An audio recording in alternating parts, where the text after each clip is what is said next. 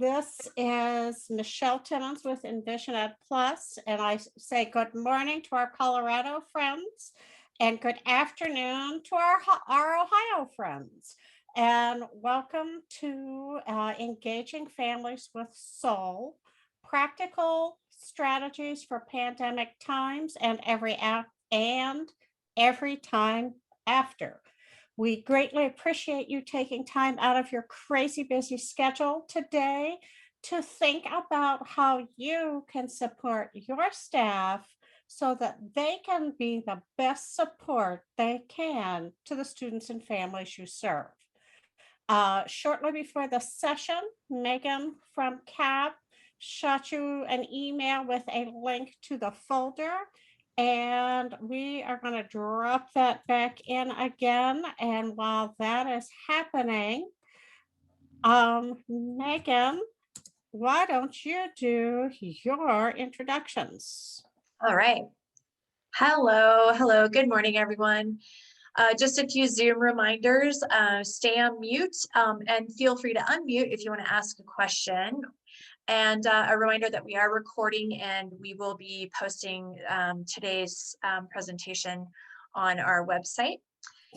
And I wanted to let you know today's presentation is being brought to you through a partnership between Envision Ed Plus, who are our trainers today, the Ohio After School Network, and Colorado After School Partnership, or CAP, and that's who I work for. And CAP is part of a 50-state after school network focused on expanding after school and summer learning opportunities for youth. We are a growing network of summer and after school stakeholders that explores policies and partnerships that increase the sustainability of Colorado programs. And Ohio After School Network would be your the Ohio State Network. That's part of that network as well. That's a lot of networks. And I just want to tell you what we've got going on this month. First, I want to tell you about our Best of Colorado After School Award that we do on an annual basis. This Friday is the deadline for nominations. We have this award to recognize individuals who are believers in the power of after school, who are innovating program design, professional development, making contributions that will influence not only their programs and organizations, but influence the field as well. So nominate your managers and your colleagues. Tricia will share the link, I think already did, for that. So those are due this Friday. And then up next, we have this series that we are doing today. This training is part of a 6-part series that we did with Envision Ed Plus. Today is the 5th session, and we have a final session on May 20th, and that's going to be a design lab where we're going to do a deeper dive on what we've learned over the past 5 sessions and really talk about how to bring it into your work and into your programming. So please join us for that. Also on May 18th at 10 o'clock, CAP is offering a session on how to create a proposal to partner with school districts and schools to get to use those ESSER $3, the American Rescue Plan. You probably heard about that. So we're going to be talking about how to approach your schools and school districts and talk about that funding so that your organization can be part of the recovery planning that happens with the ESSER 3 funds. And there's links being shared to sign up for those. And also we have action teams that help move our work forward, and our quality action team has created a survey to get a sense of the quality improvement systems in Colorado. And we would appreciate it if you would complete that survey. So that survey has been posted there in the chat. And as I said, we have 6 action teams that move our work forward, and lots of resources for STEM, summer programming, professional development, advocacy, and a lot more. So stay informed, join our newsletter, visit our website, Colorado After School Partnership, or feel free to reach out to me. I'm Megan at coloradoafterschoolpartnership.org. So thanks so much for being here. Again, thank you everyone for joining us today. Tricia, would you take a minute and share a little bit about Envision Ed Plus and how we support after-school professionals across the U.S.? Sure thing. Hi, everybody. I'm Tricia Moore. Michelle and I, we are Envision Ed Plus. We are your 2 main people. We're kind of a small consulting company, and we're out of Ohio. we have a core belief system that I bet we share with many of you because it's so aligned with the after school and informal learning world. We really think that every child can do, and we think that every child deserves the full spectrum of supports that they need, both academic and non-academic, in order to support them in being their success, being successful. And we work with a lot of schools and nonprofit organizations that serve young people, and of course, after school and summer learning programs to help not just optimize the systems within their own organizations so that everything that they're doing is efficient and has maximum impact for kids and their families, but also to build partnerships across regions, states, and sometimes across from state to state, like we're doing today, in ways that help align organizations when they have mutually mutual goals and mutual aspirations, so that they can bring their resources together and make an even bigger impact than they would be able to do on their own. So that's kind of the core, what drives our work. Our work is mostly in professional development and training sessions like this. It's also in helping organizations acquire the resources that they need to take their next steps. So we do a lot of grant writing and generally just kind of support bringing those partnerships together, moving things forward. Today, today's session is really representative not just of a partnership between the Colorado After School Partnership and the Ohio After School Network and us, but the content that you're going to be learning about today came from a previous partnership that we had worked on with OAN, as well as another consultancy similar to ours called Carefree Education Service Group, and the Ohio statewide Family Engagement Center at Ohio State University, or if you're in Ohio, the Ohio State University. That we got together and put together a whole bunch of support and activities to help after school staff and after school supervisors figure out how to better support, better relate to some families, and particularly families that might be hard to reach or feel disenfranchised from school settings or from after school settings. So we hope that you'll enjoy what we have for you today. So as Trisha mentioned, she and I are the facilitators, and this slide deck that you see here is also in your folder. And so you've got hot links to the different individuals that helped design the original training that we have since adapted so that it aligns with what Colorado stakeholders have told CAP that they really wanted to see.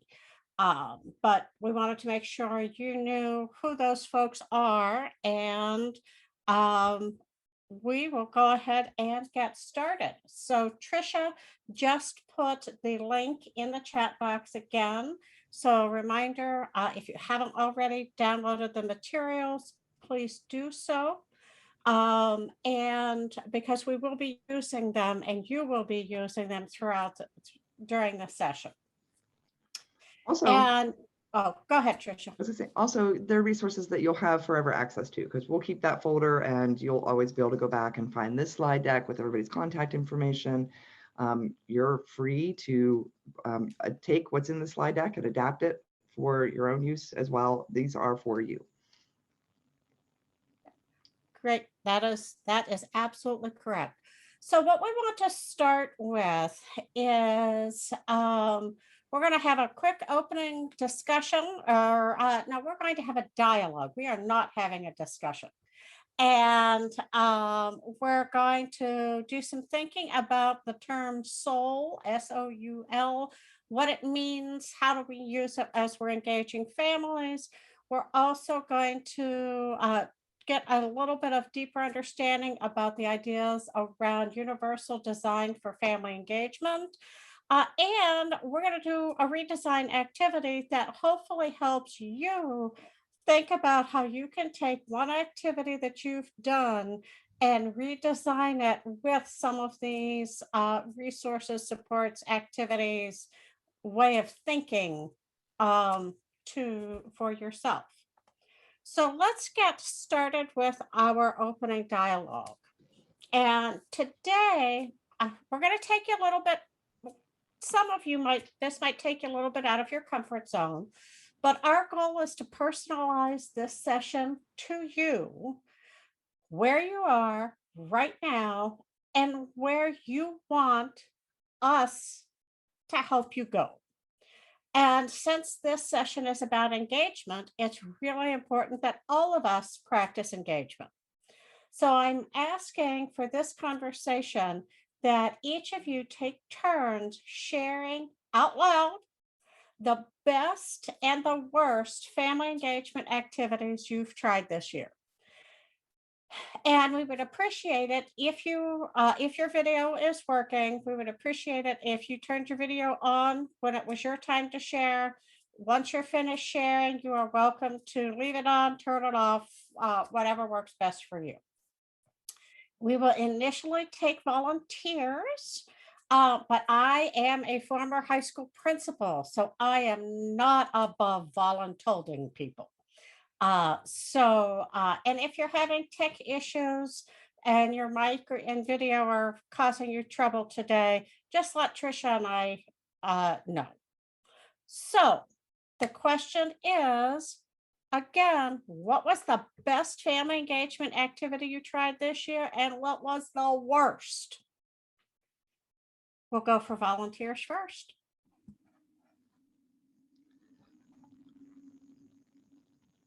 I could lead off with an example, if that might help, give people an extra 30 seconds to think about their ideas and think about what's worked and what hasn't worked this past year. At one of the after-school programs that I work with here in Ohio, and they're way up in northern Ohio, right on the lake. If you drive too far, you would fall in.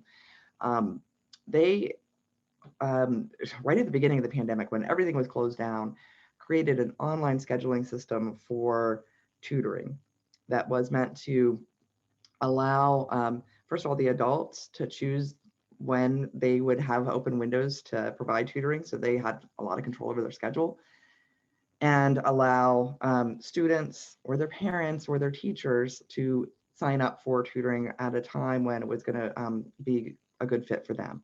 What they ended up with was having more tutoring, more tutoring sessions, and more tutors involved and more students involved in getting tutoring than they ever had pre-pandemic. And what they found was there was a side benefit that they weren't even expecting, which was family engagement. Because sometimes this tutoring happened on Sunday nights or Saturday mornings or Wednesday at 9 o'clock. And they found that parents were able to kind of drop in and hear from the teachers and the tutors what the student was struggling with, what they needed, what other kind of support they could use. And so it turned into something that they weren't even expecting. So that was probably the best surprise family engagement activity that I've stumbled on over this past year.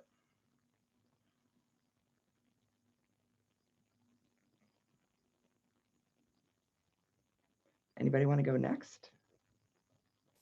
So Alexandra, since your computer doesn't have a camera or a mic, just go ahead and drop in the chat box. And Julie Martin shared with us, she doesn't have a mic. She shared that the best activity that they did was a free family dodgeball night.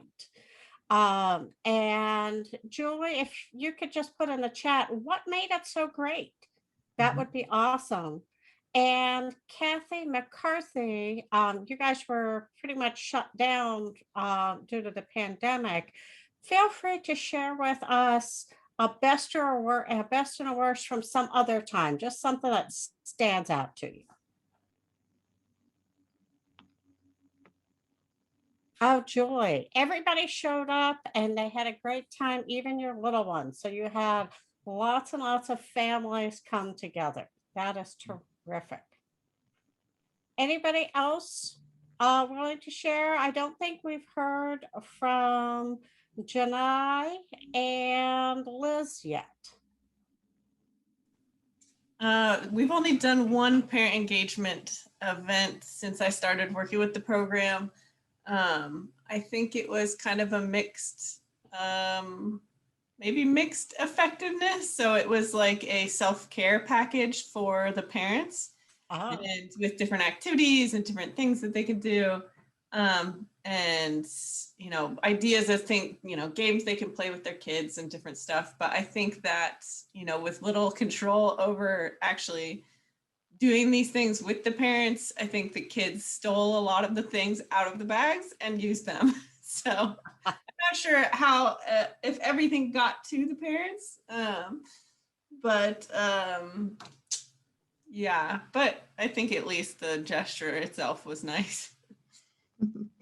Yeah, I mean, sometimes it is about the activity that you do is about communicating to the parents that you are interested in their needs and that you support them. And sometimes that goes a long way all by itself. That's right. Alexandra has, they also did some take-home activities. It was tough. I mean, that's part of the reason we're starting this conversation here is because we kind of had to make things up. It was family engagement was hard enough before the pandemic. I think we could all recognize, and during the pandemic or closures, it's been even more challenging. And they found that even when they were trying to give take-home activities, they had to build in incentives because parents were probably so overwhelmed with everything else they were dealing with. Even going to pick up an activity that's meant to help them might have been too challenging for some. And she goes on, there's, good some stuff. Having that repetitive Friday, as we're going to talk about a little bit later, is a nice touch because it makes it more accessible to more people, particularly with a regular schedule and multiple dates. That's awesome. Then there's some Zoom parent nights and games. Yeah, Kahoot's a great idea, and trivia. And the scavenger hunt activities are pretty fun too. Cool. That's nice, Julie. Okay. Well, I think, Michelle, that I think everybody shared at least a little something, which is a start. So why don't we talk a little bit about why we call this S.O.U.L? And this is part of what we really collaboratively came up with the partners that we mentioned at the beginning of the session. We were really trying to summarize, well, what are the qualities that matter in supporting our families and all of our families, not just the ones who you can rely on to show up at every activity you offer, or the ones who are going to call you if they have an issue. And those parents probably already are feeling things like a sense of belonging. And when adults or kids, or really any of us, feel like we have a sense of belonging, we feel like we fit in, we feel welcome in a space, and that really changes our willingness to engage. So these are some questions that we might think about as we're thinking about, does our environment create the sense of belonging for our parents and families, and for all of our parents and families? So for the O, that is the sense of ownership. Having parents feel like they have a serious stake in what is going on in an after-school program that their child is participating in matters a great deal. If they feel like their opinions are listened to, that their questions are taken seriously, and that what they think matters, that makes a big difference in whether they're going to show up and participate, whether they're going to volunteer, whether they're going to truly engage in a productive conversation when you need to have that in order to support the kid. The U is for understanding. Michelle, if you could, yes. So that is, a little bit about knowing one another and a little bit about trust and empathy, of course. Those things about the culture of your program that make people feel like they're understood, that they're what they might find challenging if they're working a lot and very busy, whether they're having other challenges that might make them feel insecure in some settings, that doesn't bother them so much when they're in your space, because they feel like they're understood, that their perspective is understood, and that they feel like they're supported. These are important qualities. And finally, legacy. And when we think about legacy, we're thinking about the role that parents and family members and really any supportive adult in a child's life understands and feels that they are recognized for the lasting role that they have in their young person's success. So under that role of being a parent and what that means academically and in the youth development realm and social emotional learning for their young person. Building that sense of that feeling that and recognition in the family members that they not just understand that they have that, of course, but they feel like they are playing that role and that they're recognized for it. Those are important pieces. So when we talk about S.O.U.L, and as we move through the other activities of the day, these are the kinds of things we're trying to cultivate, both in the culture of our program and in the families who are engaged with us. So what I want to do now is I'm going to launch a poll, and we need to get some feedback from you. We want to know, out of these 4 components, which is your greatest strength? Are you best at promoting a sense of belonging, at promoting a sense of ownership or understanding, or building a lasting impact, helping families create a legacy? And then the second question is, out of those 4 components, which do you think your families need the most right now? After everything they've been going through in the last 15 months, what do they need?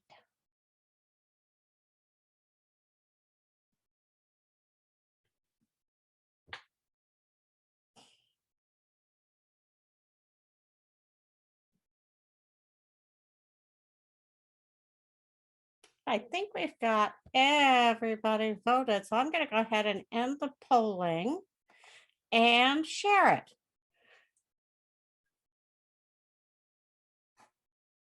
Can everybody see it?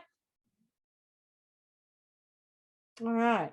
So what we see here is that most of us are really good at building a sense of belonging. And that's pretty typical in an after school or summer learning setting. Some are also are pretty decent at ownership and understanding, but making a lasting impact or building a legacy is really not a strength. And then what I find is really interesting is that we're saying that depending on the family, what they need is really going to be different. And depending on your community, what your families need is really going to be different. So I'm not surprised that we got votes for just about everything. But most of us are best at building a sense of belonging. So as you're going through today's session, what I encourage you to do is to think about how some of the things that we are doing today can help you build one of those components that is really not your best, but that your family needs, your families need. So that's really what we want you to think about as you are going through today's session. So in the last 25 minutes, we've talked a little bit about our personal successes and challenges within our programs. We've defined the 4 different components of S.O.U.L, a sense of belonging, ownership, understanding, and legacy. And we've also thought a little bit about where our strengths match or don't match what our families need. Now we're going to spend some time sharing strategies and activities that you can use to really begin to meet families where they are and grow with S.O.U.L. So let's start with strategies that help you listen with S.O.U.L. And the information we're sharing here come from our friends at the Ohio State Center for Family Engagement at the Ohio State University. And everything that comes out of this center is top notch, it's evidence based, and it's practical and useful. So, unlike so many things that you get out of higher ed, it's this research that takes you 75 hours to figure out what it's telling you.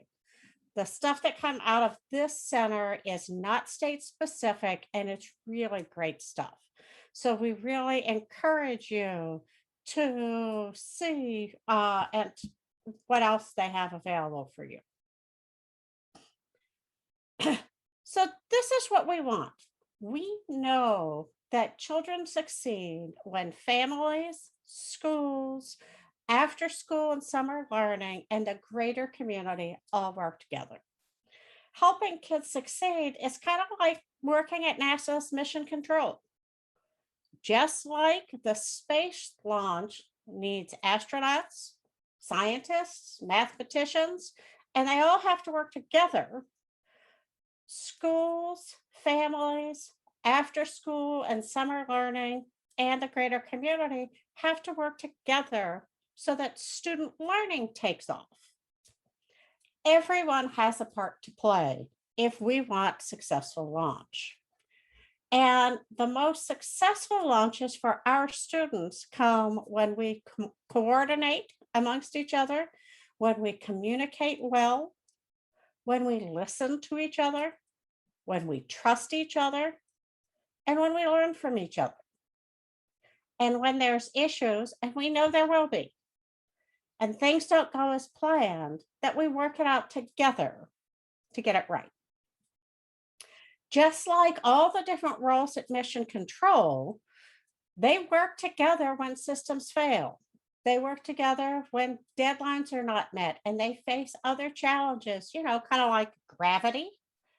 That's just a little bit of a challenge that they've got to figure out. For our children's success, we have to work together through things like remote instruction, program shutdown, disabilities, attendance challenges, unequal access to things like technology, internet, and programming itself. So what we'd like for you to do in the chat is, what are some of the forces that are working for an easy liftoff for the families and students you serve? So take a minute, think about that. What are those systems that are, or those forces that are working in favor of an easy liftoff for your kids and families? Just drop it in the chat.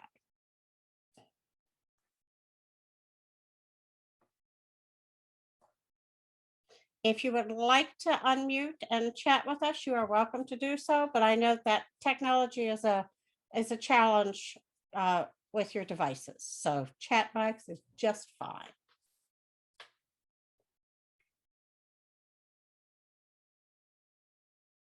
Access to Chromebooks. Absolutely.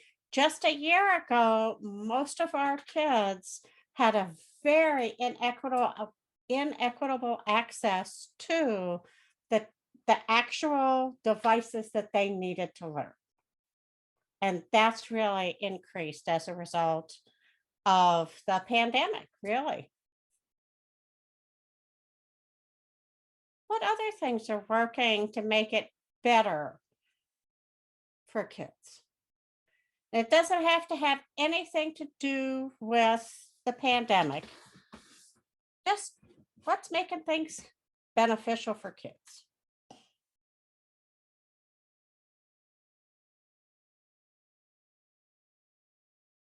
Trisha, you were right on. The people in this room right now are hugely important for benefits to kids.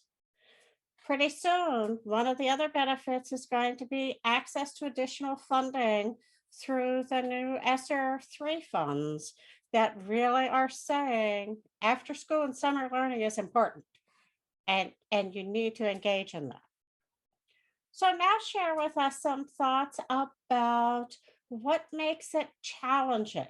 What's going against you and serving your kids and families? And so Liz said, in terms of one of the forces for extra time with parents and siblings at home. Absolutely. And Yeah, so that might what be are some of those challenges? that might be the first time that I've heard somebody actually turn that on its head. We talk about isolation. We talk about some of the kids who have difficult home settings where they've had to spend a lot of time. But having extra family time over this past year for many kids has been a builder and a good thing. So that's awesome to recognize. Yes. Yeah. Julie, I love it. There's some people that are really apprehensive about letting their kids go back into group settings. Mhm. That is going to be that is definitely a force that is working against you. Staying focused, especially when you're virtual. I have a son that's graduating from high school in a couple weeks and a son in his second year of grad school. Both of them were very hard to engage in a virtual setting. And then I have a niece who, in a million years, I would have never guessed she would do well in the virtual setting. She thrived, and she said, I would do this all the time if I had the choice. And Liz brought up, a typical challenge that we have a lot in many of our communities, sometimes with many families and sometimes with just a couple, where mom and dad might be immigrants and might not have strong English skills, and communicating with them is hard. Communicating with their kids, if they're still learning English as a second language, can be challenging too, just to be able to navigate some of the academic stuff that we might otherwise take for granted, for sure. And that raises some other disadvantages that some of our families face. I mentioned, parents who may be working a lot in order to, keep a roof over their families' heads. Parents who may not have access to employment at all, and their financial struggles may dominate and overshadow what a kid might be struggling with at school. And I missed Alexandra's comment about, through the virtual. So this is probably a plus and a minus. You have more insight, more information by engaging with students right in their homes. But that can be hard on you, and it can be hard on families, to be honest, and kids. Mhm. So yeah, I think there's some pluses and minuses to having that understanding and that kind of different access, for sure. And so if we think of all of these challenges for and challenges against through the lens of belonging, understanding, ownership, and legacy, we have a greater ability to make a strong liftoff possible for our kids. And what's really so important when we're thinking about families is that all means each and every one.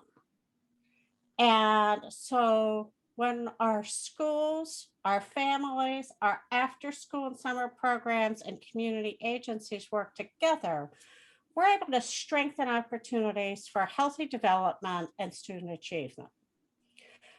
Research is very clear on that, but also our experience shows that that happens. But at the same time, the opposite is true.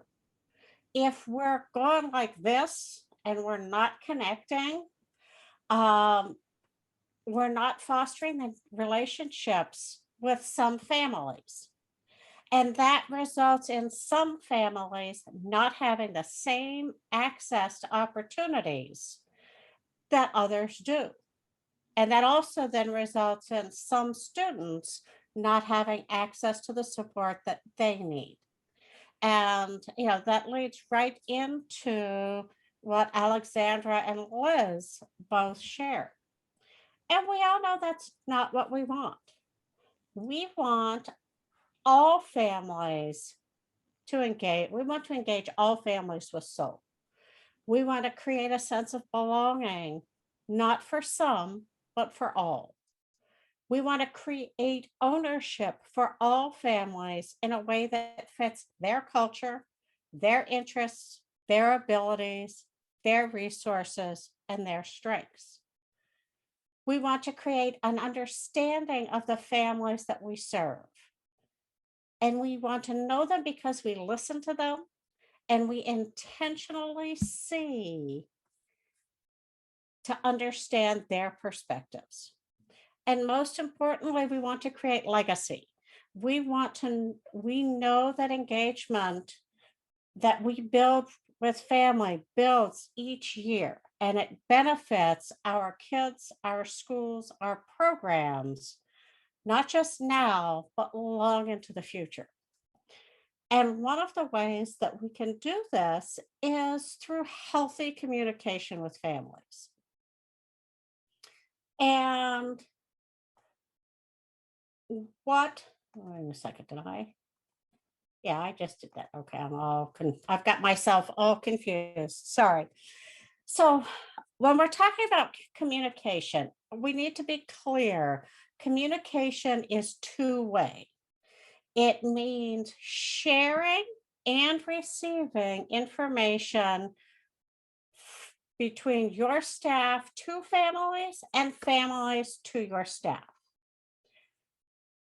What I'd like you to do now is in the chat box, think about a professional that you trust. Any field, it can be personal, it can be in your job, whatever. Just think about one professional that you really trust. And in the chat box, just note some of the qualities that that person has to have in order to earn your trust. So what are some qualities of professionals that earn your trust?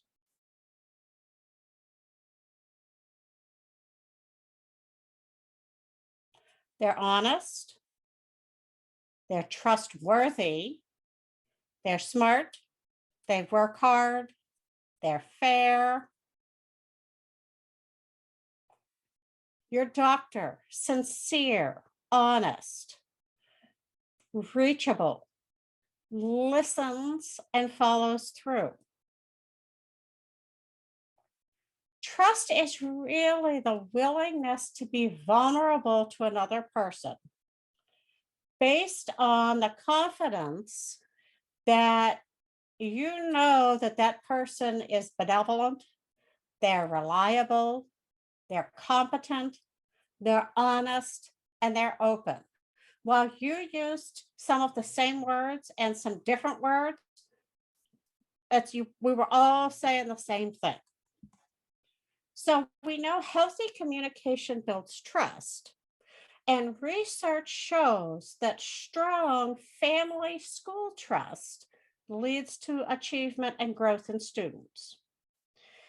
And according to research, a trusting relationship between the school and the home, it leads to academic success. And while there's not a lot of research on informal learning in that aspect, we can extrapolate that because that thing happens at school, that it'll also happen in after school and summer learning. So when families, educators, and after school professionals trust each other, they feel more effective in whatever their role is.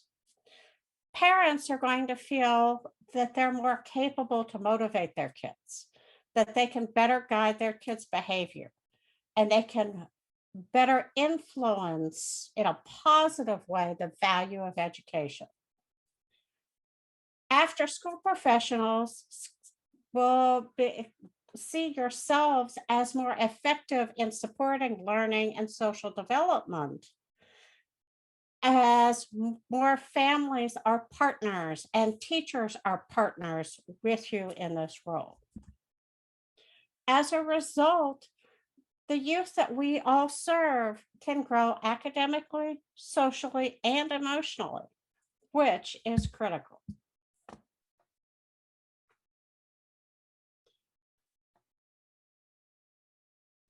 Where is so two-way communication is often called dialogue. And but it's oftentimes not a type of communication that is our go-to communication. So I want to first look at the idea of discussion. When you're in a discussion, you're giving ideas, you're trying to persuade and solve problems. You're trying to see if somebody disagrees with you, and you want to avoid that disagreement, you want to avoid that conflict because the relationship is really important, but you definitely don't want silence. So those are some characteristics of a discussion. Can someone either speaking or just in the chat give me an example of a recent discussion you had with someone? It does not have to be work focused. It could be at home. It could be in the community. Could be with your spouse or your kids. What's an example of something that was a discussion? Recently, my 15-year-old explained to me that he was going to go to South Carolina with 3 of his friends, and we had a discussion about why that was not going to be possible. It wasn't really a debate, and it wasn't really a dialogue, as we'll see. It was just a discussion where I'm not going to try not to make you too mad, but here's the deal. Was you and your husband, what are you going to do with the dog while you're on vacation? That is a great example. Yeah, we want everybody to kind of be happy, but there's a problem or a plan we've got to solve. So then there's a debate. A debate is when it's about the win and being different, or the disagreement is most important. And you're always saying, this is my purpose, and you want them to acquiesce to what you want to happen. And you use silence to your advantage, and you're listening for what are they saying and how am I going to counter that, because I'm going to win. That's a debate. Can somebody give an example of a debate that you've had recently?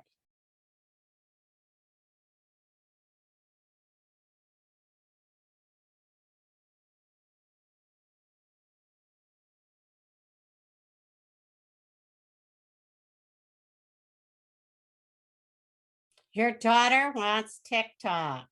That is a great debate because you're going to have a big perspective.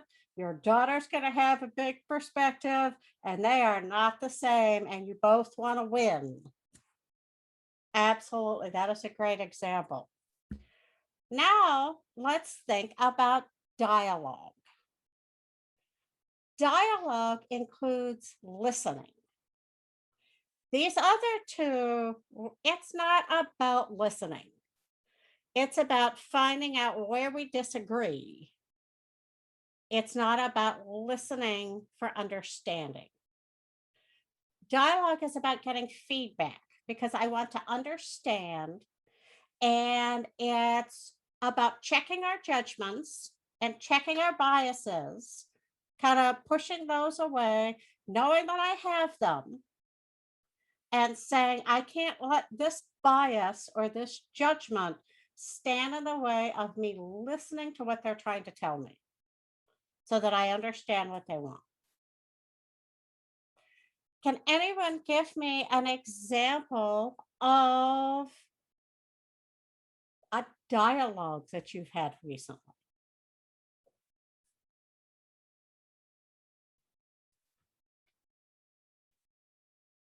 And that's often harder to find because we're all really good at discussion and debate. But when we're working with families, and really when we're working with anybody, if we focus on dialogue rather than discussion or debate, we have the ability to solve problems easier and in a way that is much more powerful for all involved.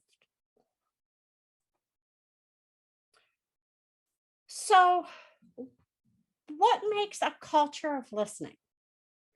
Whether you're a program director, a supervisor, or a staff member, and you look at these 4 characteristics, everyone has a role, everyone values family perspectives, we take action on what we learn, and the response from your staff is, we wouldn't do it any other way. This is just how we do it. When those 4 things are happening, you have a culture of listening. And if you're a leader, it's critical that you're modeling this and that you expect every single person that you supervise to be doing this. When you see it not happening, you're modeling it again and you're pointing out, hey, that's not how we do things. And you're having those conversations. If you're a team member, this is how you can and should be approaching all families, as well as your colleagues.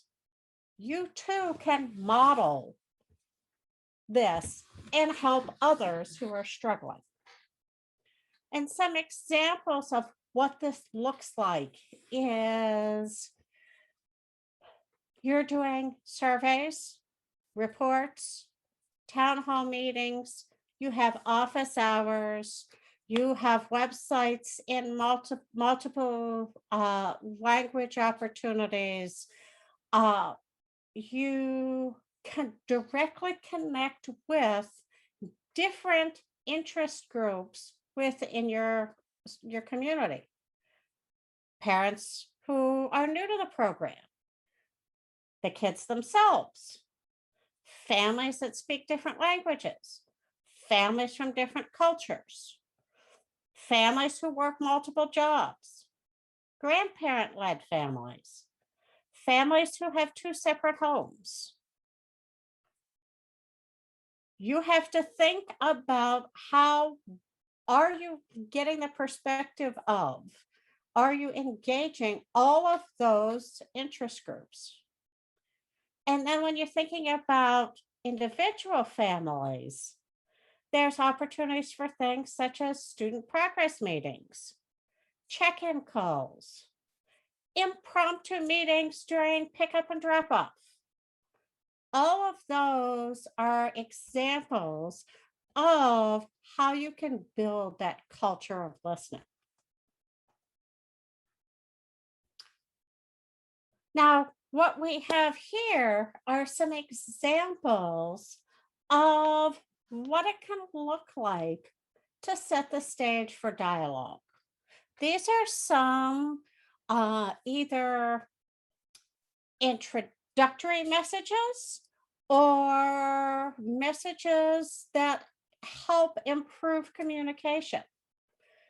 So could be a way, this is almost like a flow chart for how to hold a conversation with a family, with a parent or a caregiver. And so you ask the question, what's the best way to communicate with you? For some parents, it's going to be an email. For some, it's going to be a phone call. For some, it's going to be a text message. It's going to vary. So understanding that and then communicating with them that way. Not asking a question like, what are your questions? Or do you have any questions? Instead, framing it, how can I answer your questions? How's it going? Very open-ended and puts the parent, helps that they are now owning it. Does your child have what they need? How does your child learn best? When a parent is struggling, letting them know, I am not going to give up on your child. I am not going to give up on you. And making sure that you clearly tell them, and using words like this, what you have to say is important. Those are all examples of how you can engage families in conversation. Trisha, would you take us to the next activity? Absolutely.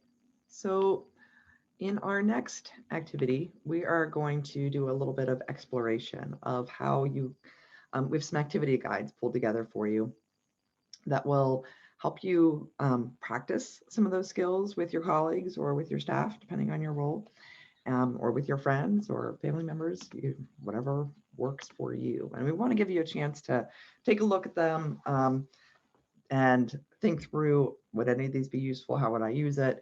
And kind of report back. So we are just about 50 minutes into our session today. So I think what we'll do is give you about 15 minutes to review the guides and take a stretch break. Walk away from your computer for a minute, move, refresh your coffee if you need it. I know mine's just about empty. So we'll kind of combine these activities. And so then when we come back, we're going to ask which of these, if any, resonated with you. Is there something you think you can use here? How would you use it?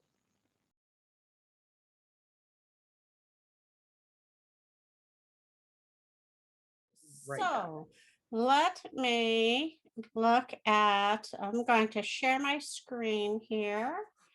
And we're going to pull up the different activities. And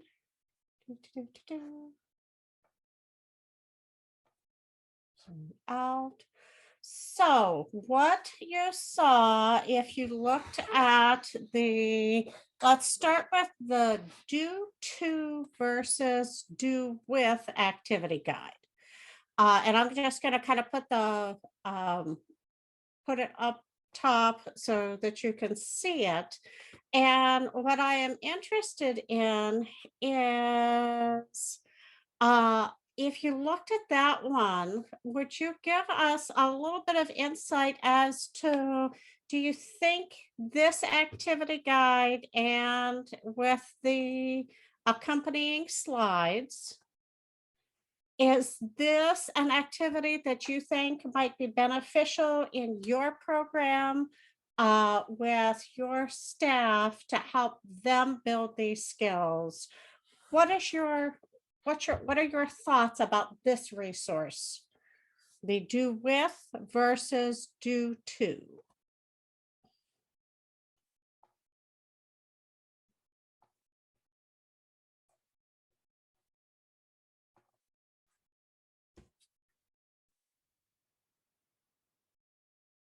And if you need another minute to kind of peruse that one, go ahead. And then I just want some feedback, because this is supposed to be about what helps you meet your needs. And so, is this do to versus do with activity something that you think you could use? And, how might you use it?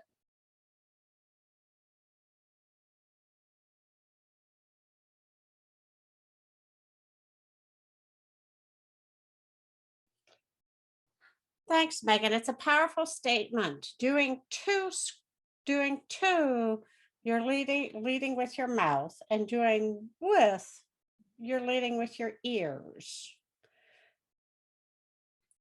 Is this something, Kathy, Julie, Liz, Janai, is this something you guys, Alexandra, you might use with your staff to help teach them how to do this? Julie? Yes.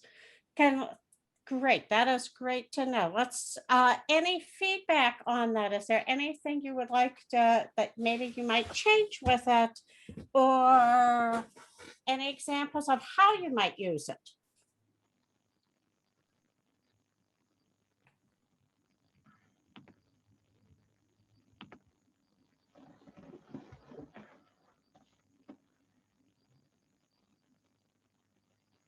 Yeah. Interested in examples, not sure yet how you'd apply it. Okay, Alexandra, that is great. Thank you. Let's take a look now, Trisha. We have a consultant that works for us whose name is Trista, and you would never guess that Trisha and I work together every day because I always use the wrong name. So Julie would use this as a way to remind staff how to think of those two types of schools before making decisions on how they're going to do programming. That's a great suggestion. Mhm. Trisha, do you want to take off? We looked at do to versus do with. Yeah, and I mean, that was a great one from OAN. I think you're just thinking through that. It might be just a conversation. There's a slide deck in that activity folder along with the instructions. And so it might be something that you could facilitate with your colleagues, just to take a few minutes and going through the slide deck together, thinking about the differences between do to and do with, and then maybe think about what's an upcoming engagement event for our program, and are there any opportunities to shift a portion that might be more do to more do with, is an example. Going over the content in a team meeting, yeah, makes perfect sense. And I think those examples might apply, kind of across the board here, that, could make some sense. Did you look at, is this the one that you started with, Michelle? That's the one we started with. Yep. All right.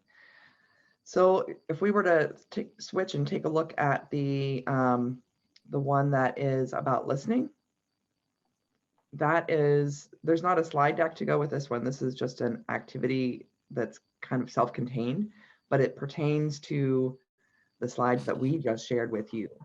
And so if it would be helpful to, like I said, you have access to the whole slide deck. So if it would be helpful to review those slides with your team and colleagues before or as part of going through these steps, that might make sense. Did anybody take a look at this one and have any thoughts? This is more, maybe requires a little bit more trust with your colleagues, because it's about practicing conversations.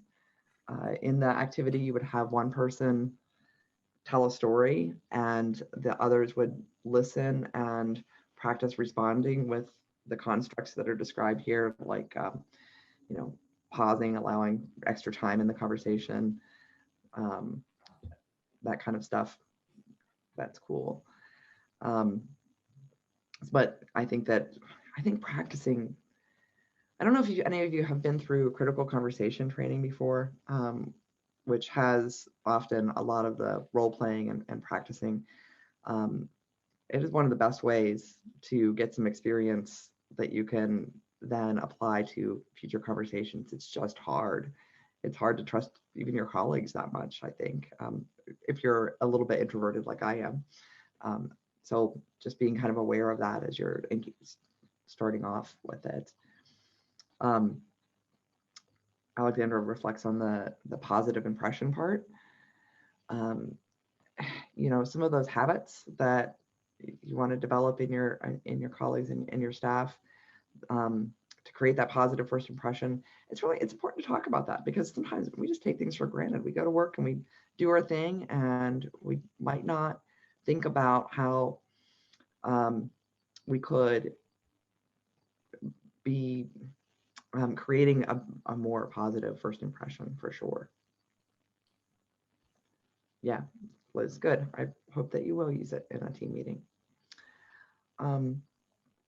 Finally, the last one is well, this is also really kind of about impressions, for sure. And you know, I mean, similarly, it's kind of giving you a little bit of some facilitation tips, like conversation starters for your colleagues. There's a slide deck that goes with this that it's just 2 slides, a little bit of content to think through, you know, how to make great first impressions, and what are some of the things that that probably matter to in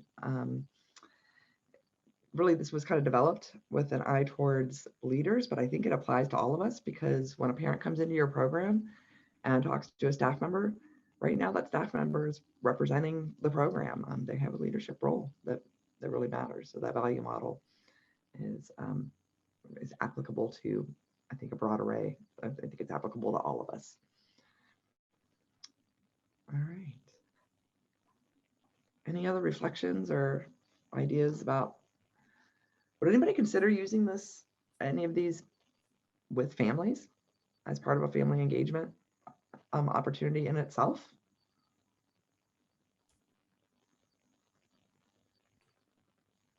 Yeah, that might be a thing, and sharing with your supervisor that something that they could, or you know, a director could take and run with. And I think you know, sometimes it might make sense to, it's a way of demonstrating a little bit of vulnerability. We're going to kind of work through this together and develop our skills and our ability to listen to one another, and think about how we can build a culture together in our program.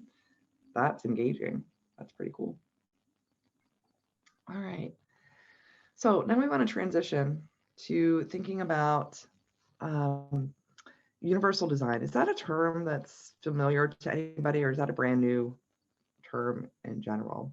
It's something we hear in schools a lot, but not something that I hear in after school and informal learning programs very often, and certainly not in this context. Alexandra, you're right. Often when we talk about universal design, we're really talking about an instructional model that is intentionally trying to meet the needs of a lot of different types of learners all at the same time. And so when you take a universal design approach to instruction in a classroom, you are being cognizant, you're thinking about your kids with disabilities, your kids who might not have the same background knowledge that their peers might have. You're thinking about your visual learners versus your hands-on learners versus your auditory learners, and trying to build pieces of the instruction that cater to all those things consecutive, you know, kind of at the same time. When we're talking about family engagement, we're turning it a little bit, and this is another concept that our Family Engagement Center here in Ohio brought and shared with us, and that we're kind of resharing with you today. But the idea is that we are paying a lot of attention to how we construct and design our family engagement activities in such a way that they are going to be enticing and accessible to all the different types of families we're trying to reach, and not just the standard typical families that kind of middle of the road that we typically design for. So Michelle, if you could go ahead and move to the next slide. And Michelle, I don't know if you can put it in present mode or make the slides a little bit bigger. Some of these are going to have some smaller text. Yeah, there you go. Thanks.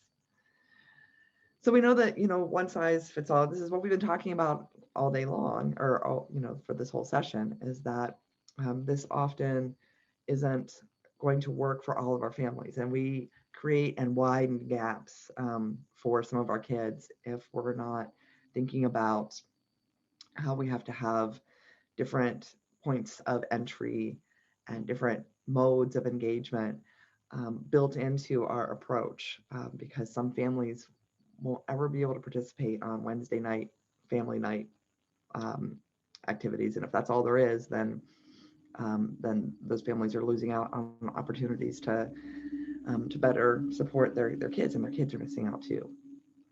So when we talk about design and accessibility, we can make some connections to, well, engineering design that happens every day in our world.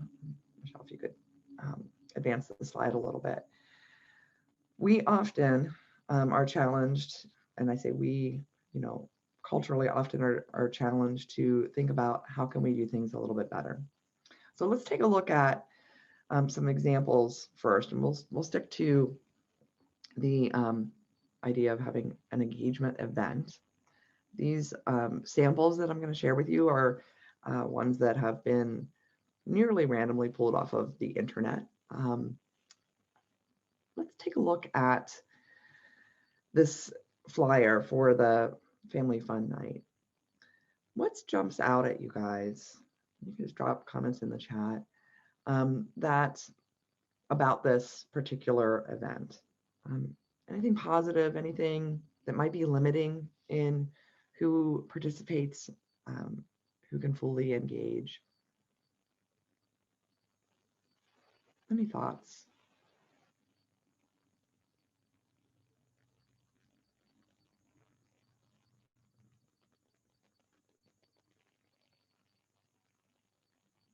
Yep, there might be some dietary differences in a pizza offering for sure. The flyer is only in English for sure. And while, yes, offering food definitely is an enticement, it's kind of late it's in the evening. Is there anything for younger siblings? It's also just at one time, right? So this is a one day, one time, take it or leave it, kind of event. Yeah, that makes good sense. And that's exactly the kinds of things that we want to be thinking about. Michelle, let's look at the next one. So that one has some limitations. We also know, oh, yes, that's a great reflection, Michelle, that there is at least some diversity in the reflection of the kids who and families who you're serving. They should see themselves, right, in the graphics, of course. So we know it's one night, it's only in person. It's at the school as opposed to potentially being at locations that might be even more accessible to families. And as you guys reflected, it's in English. And it's a printed flyer. In this case, there was no electronic option. It was tear this off, fill it out, somehow get it back to school or back to the program. Another example, what do you guys think about this one?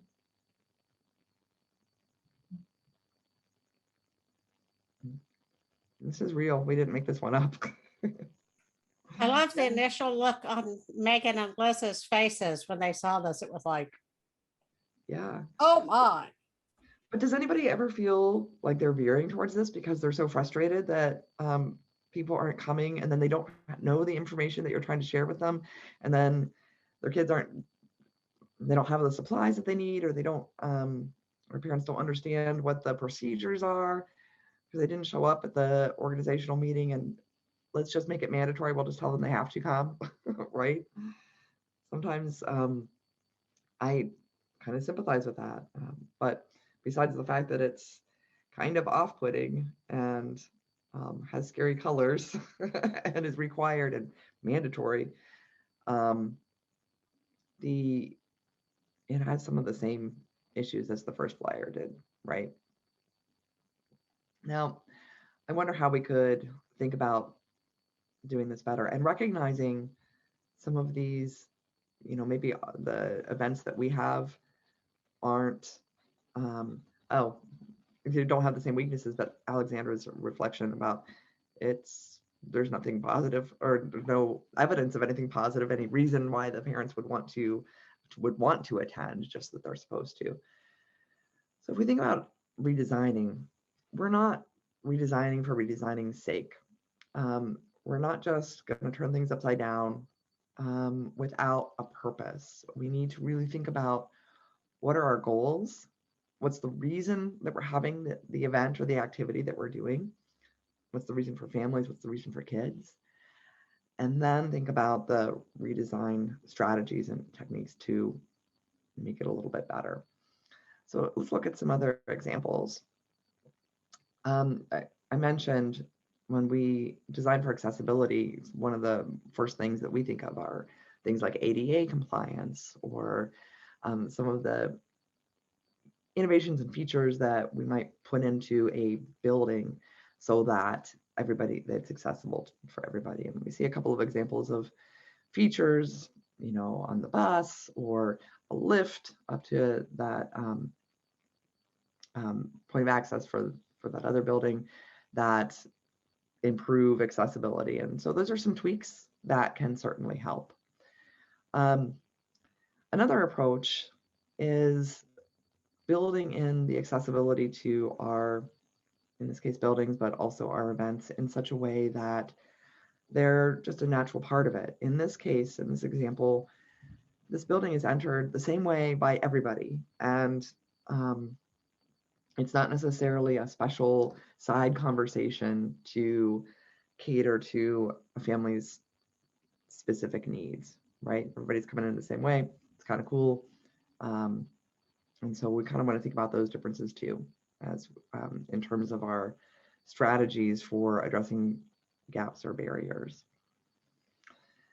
So what do you notice about this example? Anything that maybe is an improvement, even just a small improvement over some of the first ones that we looked at? Yep, you've got a friendly, smiling image. In this case, that's probably a teacher.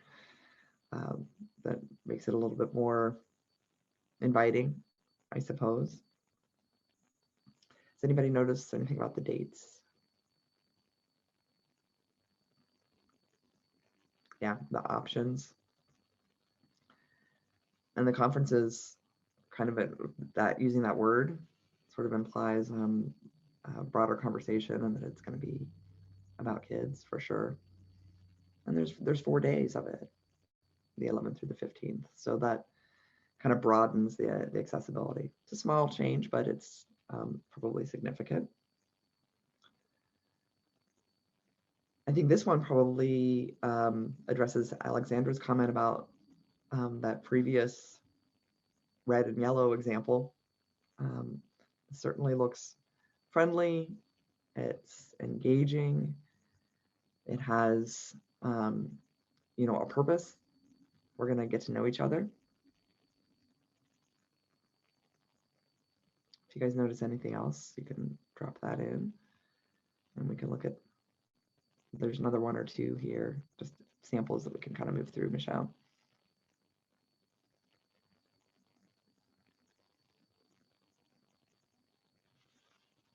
Here's one that addresses the English only concern that you guys noticed. In this case, there's options for both English and Spanish, which might be appropriate for a community. In other communities, it might not be Spanish, it might be another language or languages, or just having access to translators. Some of you might have parents who are hearing impaired or visually impaired. So being cognizant of those kinds of things can make sense.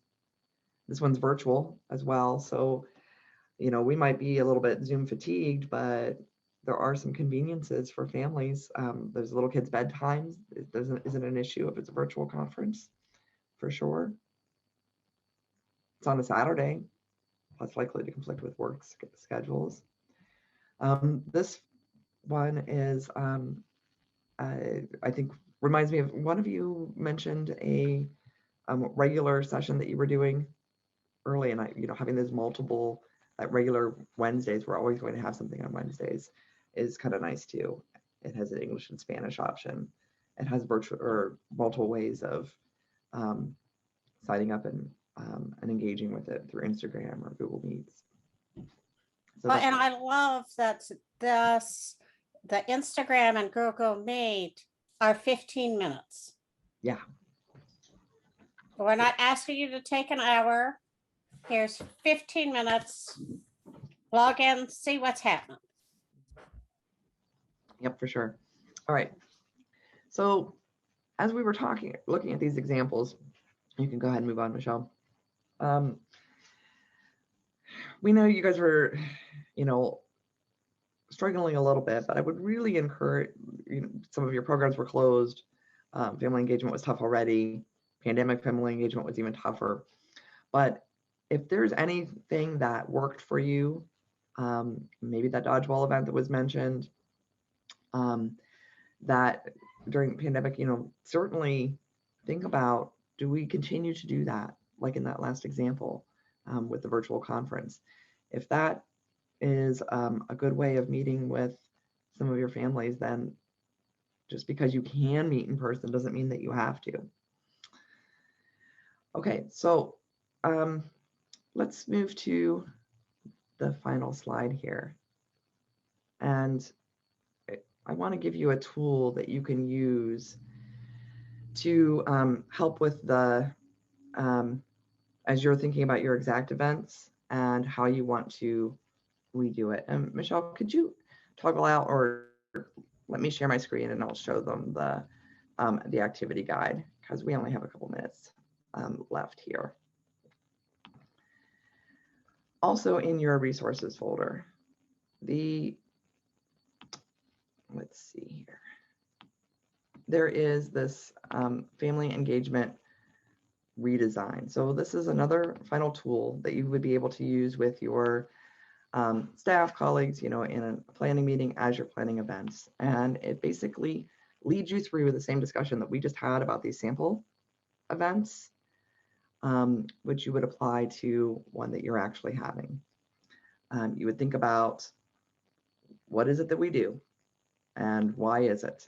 You would answer a few questions, think about the barriers that might exist, think about what are the goals, what's the purpose, and then go through a process to redesign it. And that Family Engagement Center here in Ohio put together these kind of guiding questions that can lead you through the whole process, which is hopefully could be helpful to you as you're thinking about your own specific activities, whether they're one that you've done before or something new that you're creating.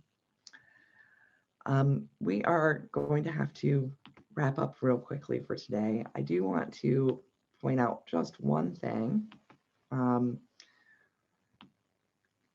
which is the evaluation. I'm going to drop this in the chat. Trisha, Yeah. I think we have till 2, right, Megan? Or till, are we? We're right at our. Oh my gosh, I don't know why I thought we had another half hour. Yep. I am losing know, my it's been mind. fun. Sorry. The time goes real fast when we're talking about all this stuff. In any case, I'm going to drop the evaluation for today in your in the chat, because that's, we asked that for your feedback. And also, there are some additional resources and upcoming events. The important ones for Colorado, Megan already shared. They're in your in that slide deck that's in your participant resources folder. And this has been fun, guys. We really appreciate you coming out and joining us today. And take care. Any final words, Megan? I was just going to say, Best of Colorado After School nominations are due Friday. Yes, do I was that. going to try to get the website or the page real quick here. Yep. If anybody has Thank any you follow-up for questions, taking Michelle and I will time. hang here for a minute. You're welcome to hang out and ask or chat. I can point you towards any additional resources that might not have been included in your folder.